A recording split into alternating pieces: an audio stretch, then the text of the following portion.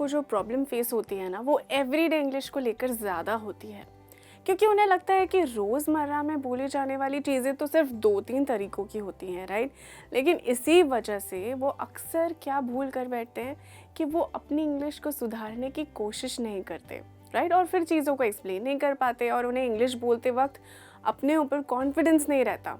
अगर आपको भी ऐसी प्रॉब्लम फेस करनी पड़ती है तो आज का लेसन डेफिनेटली आपके लिए है। इनफैक्ट जो लोग इंग्लिश में बात कर लेते हैं वो भी हर दिन कुछ नया सीख सकते हैं।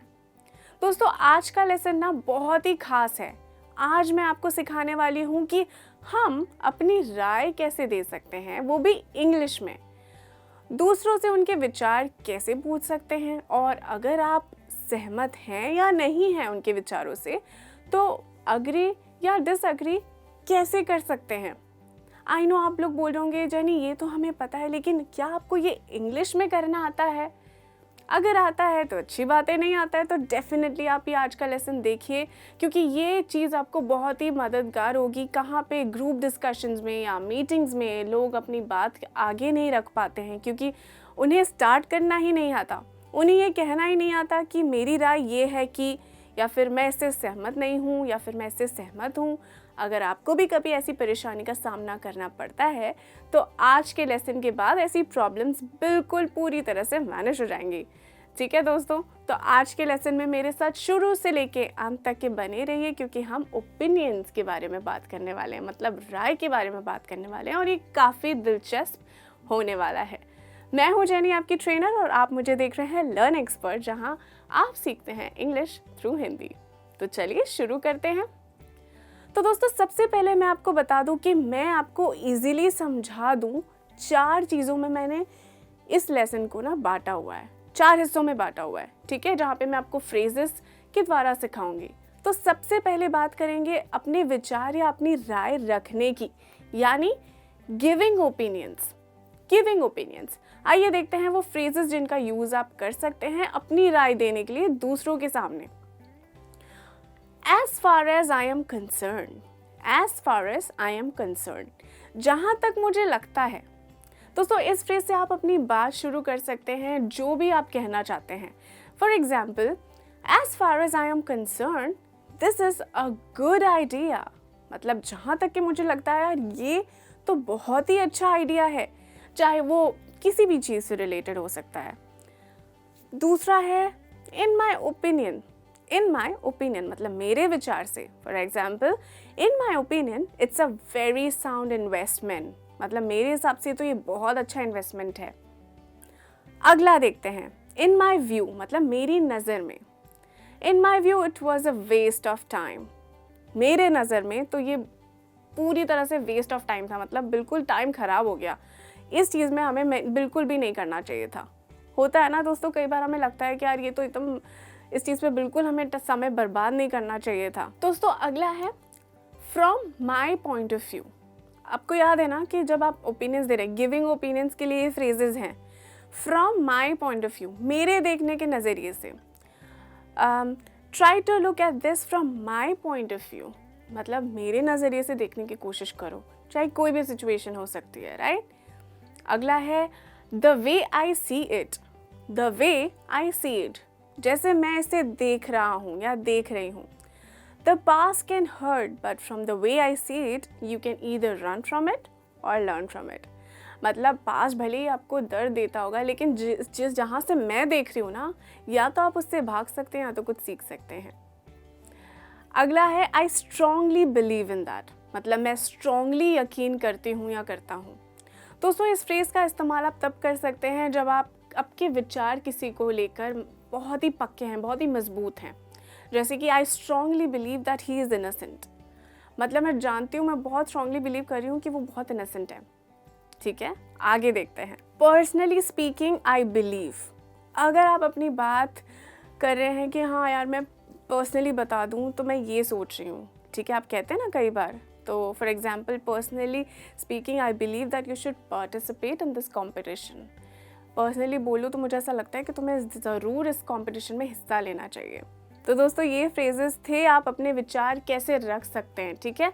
अब बात करते हैं उन फ्रेजेस की जिन्हें आप यूज़ कर सकते हैं कहाँ, जब आप विचार जानना चाहते हो, किसी का ओपिनियन लेना चाहते हो, मतलब आस्किंग ओपिनियंस, ये मेरा दूसरा हिस्सा है, asking opinions. What do you think, तुम्हें क्या लगता है? What do you think of our new boss, मतलब तुम्हें हमारे नए बॉस के बारे में क्या लगता है? Do you see what I mean, क्या तुम देख रहे हो जो मैं कह रहा हूँ, मतलब क्या तुम्हें दिखाई दे रहा है यार मैं जो देख रहा हूँ? यहाँ पे आप ओपिनियन ही ले रहे हैं एक तरीके से। Do you agree with me, क्या तुम मेरे साथ सहमत हो? What are your thoughts on it, तुम्हारे इस पर क्या विचार हैं? चाहे वो कुछ भी हो सकते हैं, ऑफिस में हो सकते हैं या फिर किसी प्रोजेक्ट को लेकर हो सकते हैं, कहीं पे भी हो सकते हैं, आप पर्सनल रिलेशन को भी लेके हो सकते हैं। डोंट यू थिंक दैट, मतलब तुम्हें नहीं लगता क्या? अब देखिए दोस्तों, ये छोटी छोटी चीज़ें हैं लेकिन आप कितनी अच्छी तरह से बोल सकते हैं, right? Would you go with my opinion, क्या तुम मेरे विचार के साथ जाओगे, यानी क्या तुम मेरे विचार से सहमत हो? What do you say, तुम क्या कहते हो? What do you feel, यानी कि तुम्हें क्या लगता है, तुम्हें क्या फील हो रहा है इस चीज़ के बारे में? दोस्तों, इसे आप बहुत ही अच्छी तरह से इस्तेमाल कर सकते हैं अपने सिचुएशंस को लेकर, ठीक है दोस्तों? आगे बढ़ते हैं, अब बात करते हैं उन फ्रेजेस की जिनका यूज़ हम तब करते हैं जब हमें किसी से अग्री करना होता है, यानी जब हमें लगता है कि सामने वाला सही कह रहा है या उसका ओपिनियन बिल्कुल सही है, ठीक है, जिसे हम कहते हैं अग्रीइंग, मतलब जहाँ पे आप अग्री कर रहे हैं। ये हमारा तीसरा हिस्सा है। एग्जाम्पल देखते हैं। I totally agree with you, I totally agree with you, मैं बिल्कुल सहमत हूँ तुम्हारे साथ। I couldn't agree more, I couldn't agree मोर, यानी मैं इससे ज़्यादा सहमत तो हो ही नहीं सकती थी।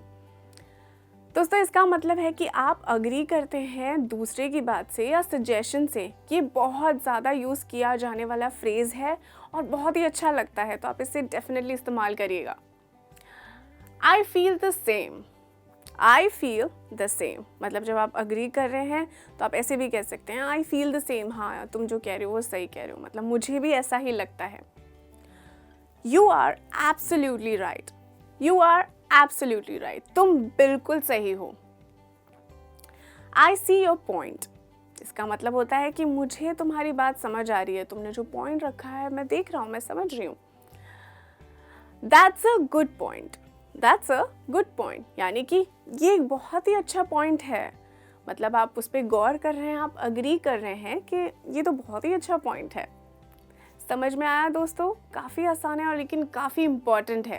तो आगे बढ़ते हैं, अब हम बात करेंगे उन फ्रेजेस की जिनका यूज़ हम किसी से डिसएग्री होने पर करते हैं, यानी जब हम सामने वाले इंसान की बात से सहमत नहीं होते, तब हम इन फ्रेजेस का इस्तेमाल कर सकते हैं। आइए देखते हैं कैसे। और दोस्तों, डिसएग्री कर रहे हैं तो ज़रूरी नहीं कि हम बड़े रूट से बोले, हम बहुत अच्छे से बता सकते हैं कि हमें क्यों नहीं अच्छा लग रहा, ठीक है, लेकिन इन फ्रेजेस का इस्तेमाल करके आप बता सकते हैं कि आप कहाँ डिसएग्री कर रहे हैं। For example, I am afraid I disagree, ये फॉर्मल है, जहाँ पे आप फॉर्मल जगहों पर आप इसका इस्तेमाल कर सकते हैं कि अफ्रेड का मतलब ये नहीं कि मैं डर गया, इसका मतलब होता है कि बहुत ही पोलाइट वे में कहना कि मैं आपसे कहना चाहूँगा कि मैं इस पॉइंट से सहमत नहीं हूँ, ठीक है। I don't agree with you on that या दिस, मैं तुम्हारी इस बात से सहमत नहीं हूँ। अगर अभी उन्होंने बात कही है तो आप कह सकते हैं दिस, अगर आपकी कोई पहले की बात थी तो आप कह सकते हैं that I don't agree on that. समझ में आया डिफरेंस? बहुत ही ईजी है। आगे देखते हैं। I don't feel the same, मुझे तुम्हारी तरह नहीं लग रहा इस बारे में। तो वो कोई भी चीज़ें हो सकती हैं दोस्तों, लेकिन आप बहुत अच्छे से बोल सकते हैं। एक और बोल सकते हैं आई डोंट थिंक सो, कि मैं ऐसा नहीं सोचता या मैं ऐसा नहीं सोचती। I think differently on this, मैं इस बारे में थोड़ा अलग तरीके से सोच रही हूँ। I think differently on this. देखिए, काफ़ी अच्छा लगता है जब आप डिसएग्री करें। दोस्तों, ये सारी फ्रेजेस आप सिचुएशंस के अकॉर्डिंगली यूज़ कर सकते हैं, ठीक है। आई होप मैंने आपको यहाँ तक के अच्छी तरह से समझा दिया होगा और आपको बिल्कुल भी कंफ्यूजन नहीं होगी। और इसी के साथ हमारा लेसन यहीं पे ख़त्म होता है। आई होप आपको अच्छा लगा होगा, और लगा है तो डेफिनेटली इसे लाइक करिए, दोस्तों के साथ शेयर करिए, हमें कमेंट ज़रूर कीजिएगा, हमें बहुत अच्छा लगता है। दोस्तों, आज के लेसन के बाद आप किसी भी ग्रुप डिस्कशन में हिस्सा ले रहे हैं, या कहीं भी मीटिंग में हो, या कोई भी कॉलेज के कोई ऐसे ग्रुप डिस्कशन में हो, तो डेफिनेटली डट करके आप अच्छे से अपनी ओपिनियंस रख सकते हैं, मांग सकते हैं, अग्री कर सकते हैं, डिसएग्री कर सकते हैं, और वो भी कॉन्फिडेंटली।